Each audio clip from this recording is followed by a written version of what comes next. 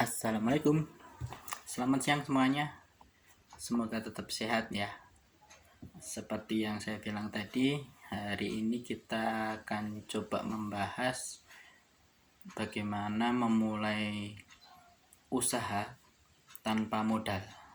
Jadi selama ini kan kita berpikirnya setiap kali mau usaha harus ada modal, harus ada uang.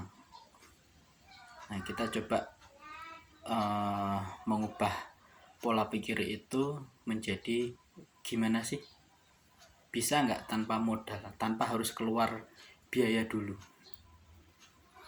Coba kita bahas satu-satu ya. Yang pertama, yang jelas, jika memang terutama bagi yang benar-benar mau usaha, yang perlu harus kita miliki itu tetap harus ada skillnya dulu. Ada pengetahuan, ada teknis, wawasan tentang kita mau memulai usaha apa nih.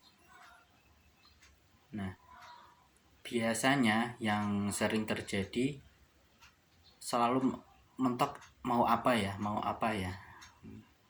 Kalau punya modal sih mungkin gampang, tapi kalau belum ada, yang harus dimiliki terlebih dahulu yaitu pengalaman.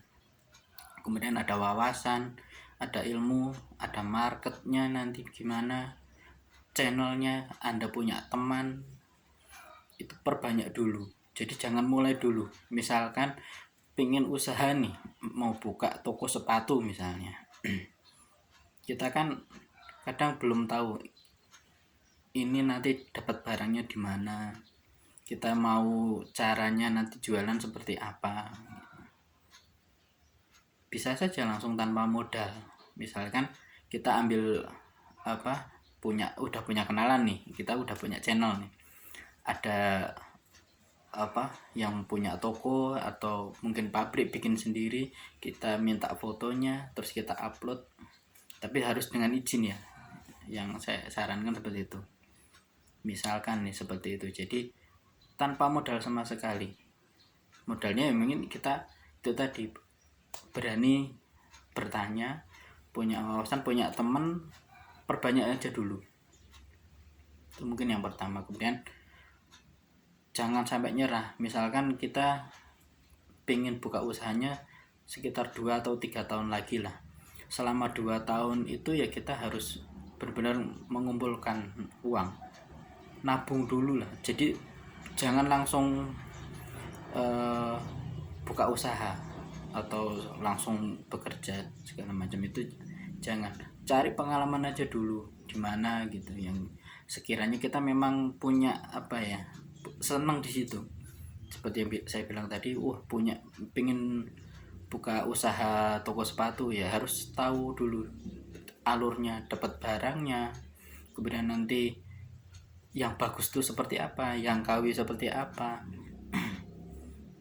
Jadi benar-benar pelajari dulu, jangan langsung buka, karena sama aja bunuh diri. Kalau langsung buka mungkin dapat istilahnya, kalau rezeki tetap aja dapat ya, bisa. Tapi yang namanya usaha kan kita kepinginnya menanjak terus, tetap berkesinambungan gitu loh. Jadi jangan sampai 5 tahun habis itu nanti bangkrut atau segala macamnya. Jadi tetap yang harus dimiliki ada kegigihan untuk berusaha dan mencintai prosesnya. Jangan sering kali kan kita sukanya kan instan ya, semuanya pengen serba cepet, pokoknya 2 bulan lagi buka. 1-2 kali mungkin oke lah, bisa.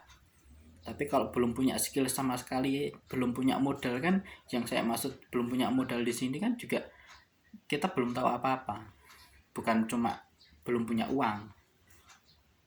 Seperti itu. Jadi jika nanti udah ada itu semua kita miliki, ada tabungan, sedikit demi sedikit kita nabung dulu lah.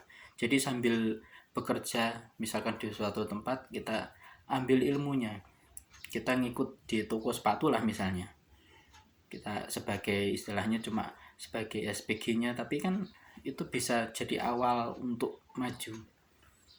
agar kita tahu. Misalkan pengen buka usaha pakaian juga nanti pun sama prosesnya. Jadi jangan suka yang instan, pelajari dulu, nanti kalau udah punya ilmunya baru buka, seperti itu. Kemudian yang harus dimengerti juga, hindari hutang, karena kita benar-benar nggak punya modal kan, biasanya langsung banyak yang datang tuh yang nawari segala macam. Jangan tergiur dengan itu dulu, pokoknya benar-benar mencintai apa dulu yang bisa dikerjakan, kerjakan. Tabungan cuma sedikit demi sedikit, bahkan nanti butuh waktu agak lama, mungkin bukan cuma 2 atau 3 tahun, bisa 5 tahun, tapi nggak apa-apa, kan proses. Sekali lagi, kita inginnya usaha itu nanti benar-benar bisa bertahan lama. Syukur-syukur memang bisa nanti mencakup yang lain. Dari sepatu kan bisa nanti ada kaos kaki, dari sepatu bisa ke fashion, terus berkembang. Jadi jangan cuma berhenti di satu usaha, terus kembangkan itu dulu.